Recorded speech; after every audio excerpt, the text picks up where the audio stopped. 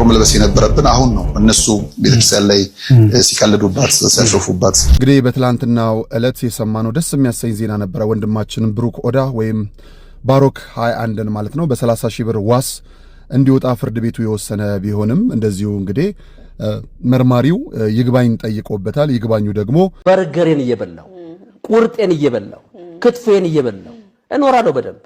በተለይ የእመቤታችን ስዕል ይዘን ወጣን ማለት ራሳችን እመቤታችንን ክብር እንደማሳጣት ነው የሚቆጠረው። ስለዚህ ሰላም የተወደዳችሁ እግዚአብሔር ቤተሰቦች የመድን ሚዲያ ተከታታዮች ያላችሁበት የዓለም ዳርቻ እግዚአብሔር ሰላም እናታችን የቅድስት ድንግል ማርያም አማላጅነት አይለያችሁ አይልን። ዛሬም በአዲስ መረጃና ወቅታዊ በሆኑ ጉዳዮች ወደ እናንተ ተመልሼ መጥቻለሁ። ይሄ ያሳየኋችሁ ቪዲዮ ሐሳባችን የምንሰጣቸው ቪዲዮዎች ናቸው። ነጋሽ እንግዲህ በሎዛ ሚዲያ ላይ ቀርቦ የተናገረው ድንቅ አማርኞች ንግግሮች አሉ። ሌላው ደግሞ እነዚህ ሁለት አባቶቻችን እንደምታያቸው በቤተክርስቲያን ላይ ያሾፉ የነበሩና አሁንም አንደኛው አባት እዚሁ ቤተክርስቲያን ውስጥ ሆኖ ስለእመቤታችን ስለ ቅድስት ድንግል ማርያም ቅዱሳን ስለ መቀደድ ምንም ያልተቆጨና ያልተቆረቆረ አባት ብቻ ሚዲያ ላይ ወጥቶ ማልቀስ፣ ከዛን ከሚዲያ ጀርባ ከካሜራ ጀርባ ሌላ አይነት ስራ የሚሰሩ አባቶች። አንደኛው አባት ደግሞ በኢትዮጵያ ኦርቶዶክስ ተዋሕዶ ቤተክርስቲያን አገልግሎት ውስጥ በነበረበት ጊዜና ከአገልግሎት ወጥቶ ፕሮቴስታንቱን የተቀላቀለ በፕሮቴስታንቶች ውስጥ እንደፈለኩ መኖር እችላለሁ፣ ቅድስት ቤተክርስቲያን አላስበላችንም አላስጠጣችንም ብሎ በአደባባይ የተናገረ እኛ ውስጥ በነበረ ጊዜ ግን ብፁዕ አባታችን ብለው ክርስቶስ በጸጋው ሹሙ እኛ በማዕረጉ የምናከብረው አባት ነበረ። በአሁኑ ሰዓት ፕሮቴስታንቶችን ተቀላቅሎ ኢየሱስ ጌታ ነው ከኢየሱስ ሌላ ማንንም ለማንም እንዳሰብዱ በማለት እያስተማረ ያለ ከነ ሐሰተኛ ነቢያቶች ከሚባሉት ከፕሮቴስታንት ውስጥ ካሉ የፓስተር ነን ነብይ ነን ከሚሉ ሰዎች ጋር ተቀላቅሎ የሚያገለግል ሰው በፊት በኦርቶዶክስ ውስጥ በነበረ ጊዜም የበግ ለምድ የለበሱ ተኩላዎች ከሚባሉት ሰዎች መካከል አንዱ የነበረ ሰው ነው። ነገሮች እግዚአብሔር ሲያጋልጥ አጋልጦት ግን ከቤተ ክርስቲያን በራሱ ፍቃድ እንዲወጣ ያሆነበት ቪዲዮ አለ እና ሌሎች ቪዲዮዎችም አሉ። ስለ ባሩኬ እንግዲህ በዛሬው ቀን ነው ቀጠሮ እና እንግዲህ ምንድነው የሚባለው ነገር የሚለውን ነጋሽ በዳዳ አሳውቃችኋለሁ ብሏል ማለት ነው። አሁን የምንሄደው ወደ መጀመሪያው ቪዲዮ ነው። ሰብስክራይብ ለምንድን ነው የማታደርጉት? አሁን አድርጉ። ወደዛ ከመሄዳችን በፊት ላይክ፣ ሼር፣ ሰብስክራይብ በማድረግ ቤተሰቡን አገልግሎቱን ደግፉን። ከዛን ወደ መጀመሪያው ቪዲዮ እንሄዳለን። ሰብስክራይብ ለምንድን ነው የማታደርጉት? አሁን አድርጉ። በርገሬን እየበላው ቁርጤን እየበላው ክትፎን እየበላው እኖራለሁ በደንብ። ሀብት ካለበት ወጥቶ እንዴት ሆኖ ሊኖር ነው ብለው ነው የሚያስቡት። እኔ እንደው በደንብ ነው የምኖረው በደንብ ኦሪጂናል ኖሮ በርገሬን እየበላው ቁርጤን እየበላው ክትፎን እየበላው እኖራለሁ በደንብ። እናንተ ደካሞ ሸክማችሁ ከበደ ወደ እኔ ኑ እኔ አሳርፋችኋለሁ አለና አሳረፈኛ። አሁን ሰዓታት ቆም የሚለኝ የለ፣ ሰው ሙቷል ፍታ የሚለኝ የለም። አሁን ንግስ ነግሷል ተረስና ምድራዊ መጽዋት ተቀበለ የሚለኝ ሰው የለ፣ ቀብር አስቀብር የሚለኝ ሰው የለ። እንደው ከስንቱ ዳንኩኝ እንደው ከስንቱ ዳንኩኝ እኔ አሁን ክርስቶስን እያመለኩ ማራራታ እያልኩ እኖራለሁ። የመጀመሪያው ቪዲዮ ይሄን ይመስላል። ስማቸውንም መጥራት ስለማልፈልግ እኛ አባት እያልኩ ነው ማውራት የምፈልገው። ቅድስት ቤተክርስቲያን ውስጥ በሚያገለግሉበት ጊዜ ከነማዕረጋቸው የኢትዮጵያ ኦርቶዶክስ ተዋሕዶ ቤተክርስቲያን አማኞች 67 ሚሊዮን ሕዝብ በስርዓት የሚያከብራቸውና የሚወዳቸው አባት ነበሩ። ለካስ ውስጥ ላይ ተዋሕዶ ውስጥ ተቀላቅሎ ቅድስት ቤተክርስቲያንን እያጭበረበሩና እየዘረፉ ከሚገኙ የበግ ለምድ ከለበሱ ተኩላዎች አንዱ እነዛ አባት ነበሩ። ግን በጊዜ ሂደት እግዚአብሔር አጋልጧቸው ገንዘቤን መምላት ይብቃ፣ በእኔ ስም ማጭበርበርም ይብቃ ብሎ ባጋለጣቸው ጊዜ ከቤተክርስቲያን ጥርግርግ ብለው የወጡበት አጋጣሚ ነው ማለት ነው። እንደሰማችሁት ነው። ክትፎን እየበላው ምንን እየበላው ቅድስት ቤተክርስቲያን ደግሞ የራሷ ሕግና ስርዓት የራሷ የሆነ ዶግማና ቀኖና ትውፊት ያላት እውነተኛዋ ቤተክርስቲያን የኢትዮጵያ ኦርቶዶክስ ተዋሕዶ ቤተክርስቲያን። ስለዚህ ቤተክርስቲያኗን እያቆሸሿትና እያደፏት እያሳደፏት የነበሩ ብዙ አባት ብለን ከምንጠራቸው አባቶች መካከል አጸያፊው አባቶች እነዚህ ነበሩ ማለት ነው። ቅድስት ቤተክርስቲያን ውስጥ ቁጭ ብለው ህዝበ ምእመኑ የሚሰጣቸውን ገንዘብ ብቻ በመሰብሰብ ወደ ካዝናቸው እያስገቡ ከዛም በኋላ በቃ ብሎ እግዚአብሔር ባጋለጣቸው ጊዜ ግን በቃ ኦርቶዶክስ ተዋሕዶ ቤተክርስቲያን አላስበላችንም፣ ስለዚህ ካሁን በኋላ ከኦርቶዶክስ ወጥቼ ፕሮቴስታንቱን ተቀላቅዬ እንደዛ ዓለማዊ ኑሮ መኖር ፈልጋለሁ ብለው የወጡ አባት። ቅድስት ቤተክርስቲያናችን እንደነዚህ አይነት አባቶችንና እንደዚህ አይነት ጉዶችን ነበር ተሸክማ የኖረችው እስከዛሬ ማለት ነው።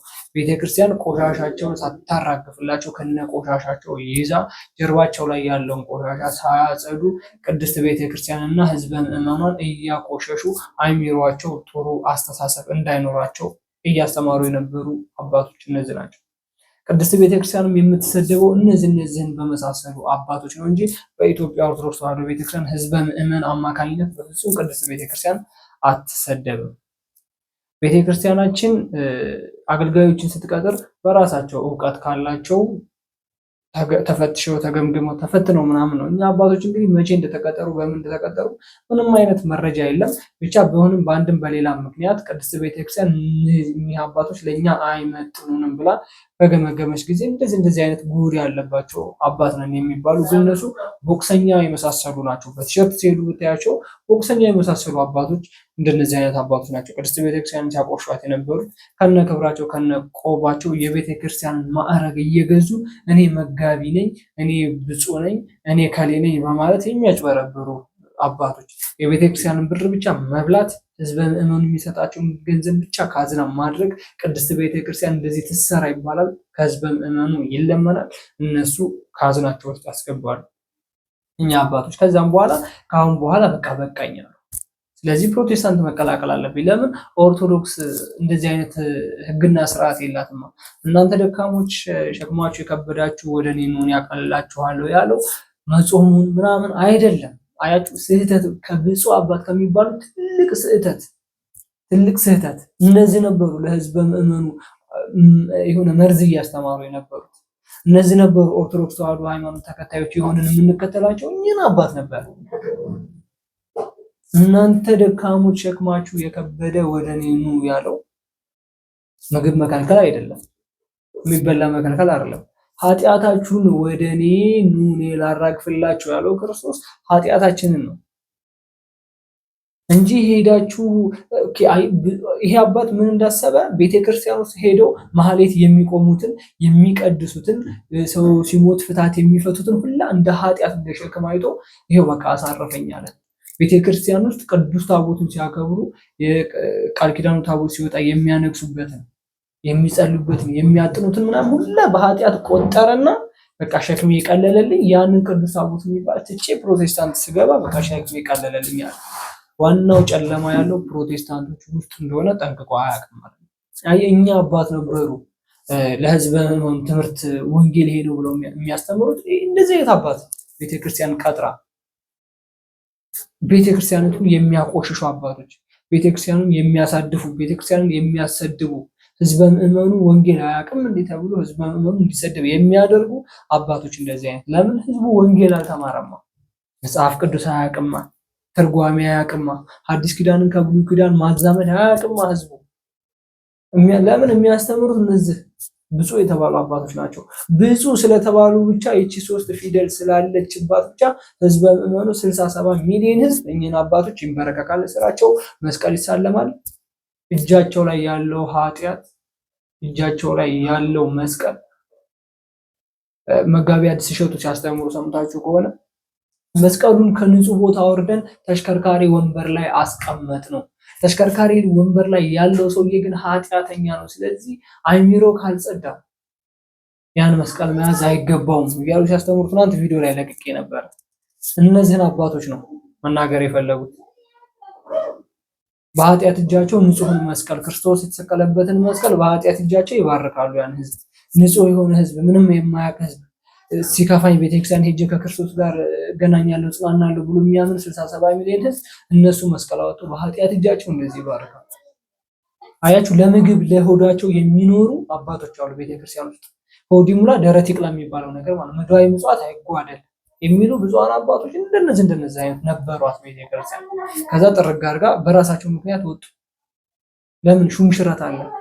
በዛ በሹምሽረት ጊዜ ማን ነው እየሰራ ያለው ማን ነው እየሰራ አይደለም ብሎ በሚገመገም ጊዜ ሜቢ እየሰሩ አይደለም ትንሽ የፋውል ስትገኝባቸው ያ ፋውል ለምን ይጋለጥብኛል? ስለዚህ ከተጋለጠ አይቀር እኔ ቁርጤን እየበላሁ አልኖርም እንዴ? ንብረት አለኝ። በደህና ጊዜ ከቤተክርስቲያን የተዘረፈ ገንዘብ አለ። በደህና ጊዜ ከቅድስት ቤተክርስቲያን አማኞች ልጆች የተሰበሰበ ብር አለ። በደህና ጊዜ ንስሐ ልጅ ብሎ አንድ አባት ከማይፈቀድለት በላይ 400 500 ንስሐ ልጅ ይይዛል። ከነዛ ንስሐ ልጆች የሰበሰበው ገንዘብ አለ። ምን አሳሰበው? እነዛ ንስሐ ልጆች ከኃጢአታችን ይሰረይልናል፣ ከክርስቶስ እንታረቃለን፣ እንጽናናለን። አሁን ኃጢአት የለብንም ብለን ልቦናችን እናርፋለን ብለው ንስሐ አባት ይዛሉ ገንዘብ እየሰጡ። ከዛም በኋላ እንደዚህ ሰብስቦ ከቤተ ክርስቲያንን ተሳድቦ ይወጣል። እኔ ምን አገባኝ ይላል። እንደሆነ ምን አገባኝ እኔ ገንዘብ አለኝ ቁርጤን እየበላሁ አልኖርም እንዴ? ቅድስት ቤተክርስቲያን ከኛ በፊት ወንጌልን ያወቁት ወንጌልን ያስተማረቻቸው ለነዚህ አባቶች ናቸው። አዘ ሌላው ህዝብ ምን ይማር? ስለዚህ ቤተክርስቲያን የሚያቆሽሹ አባቶች እንደነዚህ አይነት ቆባ ልብሳቸው አክብራቸው አስከብራቸው መስቀል አስጨብጣቸው እንዲታወቁ አድርጋቸው መቅደስ ውስጥ አስቀምጣቸው የክብር ወንበር ሰጥታቸው ግን መልሰው የጡት ነካሽ ይሆናሉ። ምን መኖር አይደለም አባቶች ራሳቸው እንደነዚህ አይነት ብፁዕ የተባሉ አባቶች። ቀጣይም አሉ ደግሞ እስኪኛቸው ቀጣይ በስመ አብ ወወልድ ወመንፈስ ቅዱስ አሐዱ አምላክ አሜን። እንኳን ለዋዜማ ለበዓለ መስቀሉ ለዋዜማ ዋዜማ አደረሳችሁ። ሆን ተብሎ በዓሉን ለማደብዘዝ በዚህ መግለጫና በዚህ ምክንያት በዓሉን ለማደብዘዝ የሚካሄደው አካሄድ ተገቢ አይደለም። በተለይ የእመቤታችንን ስዕል ይዘን ያለታ በመስቀል አደባባይ ከሚል ከዚህ ጋር አገናኝቶ አንድ ላይ ለማድረግ የሚሞከረው ነገር ሁሉ ህገወጥነት ነው። በዛ ቀን የምንሄደው መስቀል በዓል ለማክበር ነው። የመስቀል በዓል ደግሞ የምናከብረው በዛ ቦታ ላይ እንደሚታወቀው የቃለ እግዚአብሔሮች ይደርሳሉ፣ መዝሙሮች ይደርሳሉ። በስተመጨረሻ ደመራ በሚለኮስበት ሰዓት ግን ሁሉም ጧፍ ተሰጥቶት በጧፉ የመስቀሉን ብርሃን ደመራው ለመለኮሱ የሚያበስር ጧፎች ለእያንዳንዱ ይል። ከዛ ውጪ ግን ምንም አይነት ነገር ቲሸርት ምንም አይነት ነገር ምልክት የሚያሳይ ነገር ይዘን እዛ ቦታ ላይ እንዳንገኝ። በተለይ የእመቤታችን ስዕል ይዘን ወጣን ማለት ራሳችን የእመቤታችንን ክብር እንደማሳጣት ነው የሚቆጠረው። ስለዚህ በአንድ አንደበት ሁለት የተሳሳቱ አማርኞችን የሚናገሩ አባት አንዴ ለቅድስት ድንግል ማርያም ፈለጣለሁ ቆረጣለሁ የውሸት እንባ ማልቀስ፣ አንዴ ደግሞ እመቤታችንን ከፍ አድርጋችሁ ኦርቶዶክሳውያን ማሳየት የለባችሁ። ከፍ አድርጋ ከታየች ክብሯ ዝቅ እንዳለ ነው። ይሄን ድጋሚም ብየዋለሁ። ስትቀደድ ግን ክብሯ ገነነላት ማለት ነው። በቃ እንደነዚህ አይነት አባቶች ነው ቤተክርስቲያን ከቤተክርስቲያን ውስጥ መውጣት ያለባቸው። ቤተክርስቲያን ማግለል ያለባት እንደነዚህ አባቶች ናቸው። የሚቆረቆር ወጣት አይደለም መታሰር ያለበት መጠየቅ። የቤተክርስቲያኑ ራሱ የቤተክርስቲያኒቷ ህግ ክፍል አላት። የቤተክርስቲያኒቷ የህግ ክፍል መጠየቅ ያለባት እነዚህን አባቶች ናቸው። እንደዚህ አይነት ትምህርት ህዝብ በመኑ ይወዳሉ። አንዴ ለህዝብ በመኑ ትክክለኛ ወንጌል የሚሰበከው በዚህ መንገድ ነው። እመቤታችንን ጥሏት ይዛችሁ አትወጡ። ቀጣይ ዓመትስ እንደሚመጣው ደመራ ይደመረም ሊባል ይችላል። ቀጣይ ዓመትስ በቃ የሚባል ነገር በዓል የሚባል ነገር የለም ሊባል ይችላል። ይሄን ነገር የሚሉት ደግሞ ሌሎች አካሎች አይደሉም፣ ቤተክርስቲያን ውስጥ ያሉ ሰዎች ናቸው። የቤተክርስቲያን አስተዳዳሪን ብፁዕ ነን የሚሉ ሰዎች ናቸው። ብፁዕነታቸው ራሱ ማን እንደሚመርጣቸው አይታወቅም። ቤተክርስቲያን ውስጥ አሁን በነገራችን ላይ መጋቢ ብሎ የሚሰጠው ማን እንደሆነ አይታወቅም። የለም ግን መጋቢ ነኝ ብሎ ይወጣል። አንድ ወይ የሆነ የማቴዎስ ወንጌል ትምህርት ይዝና ያንን ካስተማረ በቃ በቂ ነው መጋቢ ነኝ ብሎ ይወጣል። ስለነሱ ማውራት አልፈልግም። ቀጣይ ስለነዚህ ሰዎች ሎዛ ሚዲያ ላይ ቀርቦ የተናገረው ነገር አለ። ነጋሽ በዳዳ ማለት ነው። እስኪ ጥቁር መልበስ የነበረብን አሁን ነው። እነሱ ቤተክርስቲያን ላይ ሲቀልዱባት ሲያሾፉባት፣ ጉባኤያቸው፣ ክብረ በዓላቸው፣ ልባቸው እዛ ያለ ይሄ ወጣት ፋኖ በሙሉ መሳሪያ አቀባብለው ልጁን ሊሾቱት። በጎንደር ሳይገልም ቢገል ደግሞ ሊያጸድቅ ነው። ምን ማለት ነው? ፖሊስ ያለቅስ አያምርበትም። ታስለቅሰኝ እስካሁን ከሰራቸው ፕሮግራሞች ይህን ፕሮግራም ባልሰራው ብለህ የምትጸጸትበት ፕሮግራም አለ? አይተላለፍም አሉ የጣቢያ ኃላፊዎች። ለምን ስላቸው ትልቅ የማርያም ምስል ስላለ እሱን አውጣበት። እሱን ላውጣ አልችልም። ምስል የነሱ ጥቅስ ከሰው ጋር ሲኖሩ አንዱ ነው፣ አህያ ሲጮሙ ሶስቱ ነው። እንዲህ አይነት ወንጀል መፈጸም የለበትም ብዬ በጣም አዝኜ ሰርቻለሁ፣ በጣም በሚያስገርም መልኩ። እስር ቤት ስገባ ግን ገዳዩን ደግሞ አግኝቻለሁ። ምን ሆኖ ነው ማየት የምትፈልገው? መፍትሄውስ ምንድነው? አሁን የራሳችን ቤት ሆኗል ኦርቶዶክሳውያን እስር ቤቱ። እግዚአብሔር ከፈጠራቸው ፍጥረታት ድንቅ የሚል ፍጡር። ቤተሰቦቿ የልጅቷ ቤተሰቦች ሲያለቅሱ አታስዋሸኝና እኔም አብሬ ያልቅሻለሁ። እስኪ እናትህን ግለጽልን እስቲ። እግዚአብሔር ቀብቶናል ብላችሁ በምድር ወንበር ላይ የተቀመጣችሁ ሰዎች አባቶች ግብረ ሰዶም ናቸው እያለች የምትሳደብ እንከፍ ሴትዮ ቤተክርስቲያኗ ተቃጠለች ብሎ ከማልቀስ ይልቅ ክቡር ጠቅላይ ሚኒስትር መቼ ነው የሚተኙት ብሎ የሚጠይቅ በውጭ ያላችሁ ኦርቶዶክሳውያን ንቁ። እኔ ከዚህ በኋላ የምለው ንቁ። በውጭ ያላችሁ ክርስቲያኖች ነጋሽ በዳዳ ለቅድስት ቤተክርስቲያን ወጥሮ እየሰራ ያለና በጥፍሩ ቆሞ የሚከራከርላት የቅድስት ቤተክርስቲያን ጥቅም ለማስከበር የሚሯሯጥ ወጣት እንቁ የተዋህዶ ልጅ ነጋሽ በዳዳ ነው። ይታሰራል፣ ይወጣል። የሚታሰረው በራሱ ችግር አለ። የሚታሰረው ለቅድስት ቤተክርስቲያን ስለሚቆረቆር ነው። ብፁዓን አባቶች ያልተቆረቆሩላትን፣ የቤተክርስቲያን አስተዳዳሪዎች ያልጮሁላትን ነጋሽ ሚዲያ ለምንድን ነው እንደዚህ ሆኖ የሚለው ብሎ በሚጮህ ጊዜ እሱ ይገባል። በነገራችን ላይ ቤተክርስቲያን ውስጥ ያሉ አገልጋዮች ወይንም ብፁዓን አባቶች ከሰሩት በላይ ሚዲያ ላይ ያሉ ሰዎች ናቸው። ለቅድስት ቤተክርስቲያን እየሮጡና ለቅድስት ቤተክርስቲያን እያነጹ እየሰሩ ያሉት ሚዲያ ላይ ያሉ ሰዎች ናቸው። ግን ውስጥ ላይ ሽኩቻው የበዛው በማን ነው? በቤተክርስቲያን አገልጋዮች፣ በቤተክርስቲያን አስተዳዳሪዎች፣ ህዝቡ ለሚሰጠው፣ ህዝቡ ለሚያንጻት ቤተክርስቲያን፣ ህዝቡ ለሚሰጠው ገንዘብ ውስጥ ላይ ያለው ሽኩቻ በቤተክርስቲያን አገልጋዮች ብዛቱ በዛ ነው የሚበዛው። ሚዲያ ላይ ያሉ ሰዎች ይሰራሉ፣ ቅድስት ቤተክርስቲያን ውስጥ ያሉ ሰዎች ያጭበረብራሉ። ለቅድስት ቤተክርስቲያን የሚቆረቆረው ሚዲያ ላይ እና ከሚዲያ ውጭ ያለው ህዝበ ምዕመን ነው። ቅድስት ቤተክርስቲያንን የሚያኮስታትና ቅድስት ቤተክርስቲያንን የሚያሰድባት ቤተክርስቲያን ውስጥ ያሉ አገልጋዮችና ብፁዓን ናቸው። ስለዚህ ጥቁር መልበስ ያለብን አሁን ነው አለ። እውነቱን እኮ ነው። ጥቁር መልበስ ያለብን ቅድስት ድንግል ማርያም ቅዱሳን ስዕሏ ሲቀደድ፣ የጻድቃን የሰማዕታቶች ቅዱሳን ስዕል ሲቀደድ፣ ጻድቃን ሰማዕታቶች ያለ ክብራቸው ዝቅ ብለው ሲሰደቡ፣ ይሄ ነው ጥቁር የሚያስለብሰው። ጥቁር የሚያስለብሰው የዛኔ የወንበር ሽኩቻው ወይንም ቅዱስ ሲኖዶስ ለሁለት ይካፈል የተባለ ጊዜ ጥቁር መልበስ፣ ያኔ ነጭ ነው የሚለበሰው። እንደው በቃ እውነቱ ይጠራ ነበር። ካልደፈረሰ አይጠራም ይባል የለም። ትክክለኛ ቤተክርስቲያን የሚመራና ቅድስት ቤተክርስቲያን የሚያስተዳድር ሰው ወይንም ቅድስት ቤተክርስቲያን የሚመራ ህዝበ ምዕመኑ መንጋውን የሚጠብቅ ነፍሳትን ከእሳት የሚያድን ብፁዕ አባት የሆነ የዛኔ ይቀጥላል። ከዛ ውጪ ትክክለኛ ያልሆነ ሰው እንደነ ማነው አሁን ፕሮቴስታንት መጀመሪያ ላይ እንዳሳዩዋችሁ ፕሮቴስታንትን ሄዶ ከነ ዮናታን ጋር እንደተቀላቀለው ሰውዬ ሄዶ ይቀላቀላል። በቃ ትክክለኛ ያልሆነ። ስለዚህ ጥቁር መለበስ ያለብን እኛ የምንወዳቸው የምናከብራቸው ቤተክርስቲያናችን ውስጥ አሉን የምንላቸው ቅዱሳን ስዕሎች የተቀደዱ ጊዜ ነው ጥቁር መልበስ የነበረው። ያኔ አይደለም። ቅዱስ ሲኖዶስ ለምን አይከፈልም? ይከፈል። ያኔ አይደለም ጥቁር የሚለበሰው፣ ያኔ አይደለም አሁን ነበረ። ጻድቃኖች ሰማዕታቶች ያለ ክብራቸው በወራዳኛ ከነሱ በታች በሆኑ በኃጢአት አንደበት በተሞላን ጀርባችን በኃጢአት በቆሸሹ ሰዎች ሲቀደዱ ጥቁር መለበስ ያለበት አሁን ነበረ። እመቤታችን ከፍ ተደርጋ ትታይም ሲባል ጥቁር መለበስ ነበረበት። አሁን ነው በቃ አሁን ቤተክርስቲያን ጥቁር መልበስ ያለባት አሁን ነጋሽ እንደተናገረው ማለት ነው። ግን የሚቆረቆረው አንድ ሰው ነው። ቤተክርስቲያን ውስጥ የሚሸኮተው ደግሞ ሌላ ብዙ ሺህ ሰው፣ ብዙ ሺህ አገልጋይ። ሚዲያ ላይ ያለው ሰው ይሰራል፣ ቤተክርስቲያን ውስጥ ያለ አገልጋይ ይበላል። ቤተክርስቲያን ውስጥ ያለ አገልጋይ ያጭበረብራል። ስለዚህ ለ60 ለ70 ሚሊዮን ህዝብ ነው ባሮኬ የታሰረው። ባሮኬ የተጠየቀው ለ60 ሚሊዮን ኦርቶዶክሳውያን ነው። ያስጠየቅነው ደግሞ እኛ ኦርቶዶክሳውያን አንገታቸው ላይ ማህተም ያደረጉ ሰዎች ናቸው። ባሮኬ ለምን ደግሞ አይታሰረው ብለው የጮሁት። እንግዲህ ትናንትና በ19 ቀጠሮ ነበረ፣ ይግባኝ ተጠይቆበታል። ከወጣ በኋላ በ30 ሺህ ብር ዋስ ከወጣ በኋላ ይግባኝ ተጠይቆበታል። ዛሬ ደግሞ እንግዲህ እስካሁን ባለው ሰዓት ውስጥ እኔ ምንም መረጃ አልሰማሁኝ። ስለዚህ ወጣቶቹ ከአሁን በኋላ ብፁዓን አባቶች ከፊት መቅደም አለባቸው ብለው ያያ ዘልደታ የተናገሩትም ትክክል እኮ ነው። እና እንደውም እኔ በያያ ዘልደታ ይህን ቪዲዮ ሳይ በጣም ነው የገረመኝ ማለት ነው።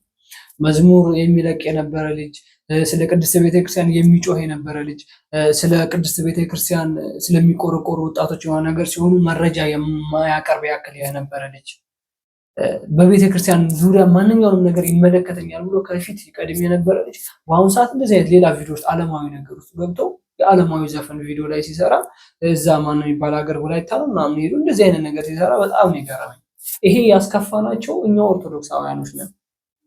ያስቀየምናቸው እኛ ኦርቶዶክሳውያኖች ነን። በተለይ ብፁዓን አባቶች ናቸው ህዝበ ምዕመኑና ለቅድስት ቤተክርስቲያን የሚቆረቆሩ ወጣቶችን ያስቀየሙት ብፁዓን አባቶች ናቸው። አሁን ግን እየወጡ ነው። በነገራችን ላይ ብፁዓን አባቶች አሁን ብፁዕ አባታችን አቡነ አብርሃም ጀምሮ በጣም እየጮሁ ነው። አቡነ አብርሃም በጣም ተናግረዋል።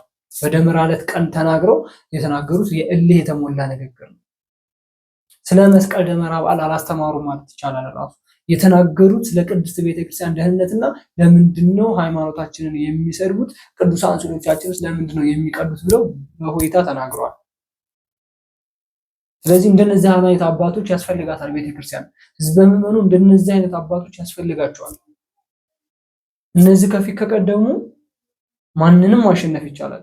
ደግሞ ኢትዮጵያ ኦርቶዶክስ ተዋሕዶ ቤተክርስቲያን እኮ የሃይማኖት ጦርነትም ሆነ ምንም አይነት ጦርነት እኮ አትፈልግም።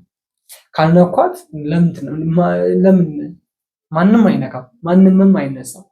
ቅድስት ቤተክርስቲያን ብቻ እኛን አክብሩ፣ እኛ እናንተ ላይ እያከበርን አይደለም ወይ ነው ያሉት ብፁዓን አባቶች። ማንም የኦርቶዶክስ ወጣት የሆነ ፕሮቴስታንቶችን ሄዶ አይሳደብም ቅድስት ቤተክርስቲያንን የማያንቋሽበት ከሆነ። ችግሩ ግን ፕሮቴስታንቶች የኢትዮጵያ ኦርቶዶክስ ተዋሕዶ ቤተክርስቲያንን ካላንቋሸሹ፣ ካልነቀፉ ወንጌል ያስተማሩ አይመስላችሁም? ያ ነው ትልቁ ስህተታቸው።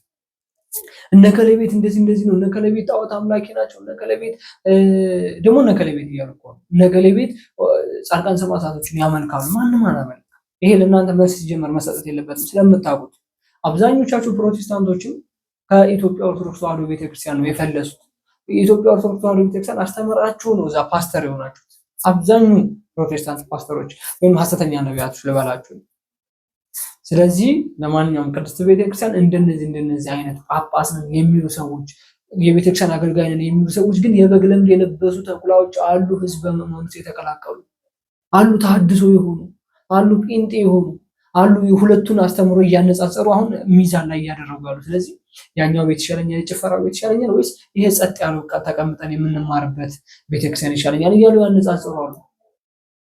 ስለዚህ ለህዝበ ምዕመኑ እንደዚህ አድርጎ ለሚያነጻጽር ህዝበ ምዕመን ትክክለኛ ወንጌልና በደንብ አንጀት የሚያርስ መጽሐፍ ቅዱሳዊ ቃል ማስተማር ያስፈልጋል። ሌላው አገልጋይ ሆኖ የቤተክርስቲያንን ሚስጥር እያወቀ ልቡ ወደዛ የሸፈተበት ሰው ካለ ያንን ጠርቶ ማውጣት የቤተክርስቲያን አስተዳዳሪው ስራ ነው። ይሄድ ምን ያደርጋል? ቤተክርስቲያንን የሚሰድብ ቤተክርስቲያን ውስጥ ቁጭ ብሎ የሚያሾፍ ከሆነ ይውጣ። ምን ያደርጋል? ቤተክርስቲያን ውስጥ ለምን ያሰድባል? ለምን ይሰድባል?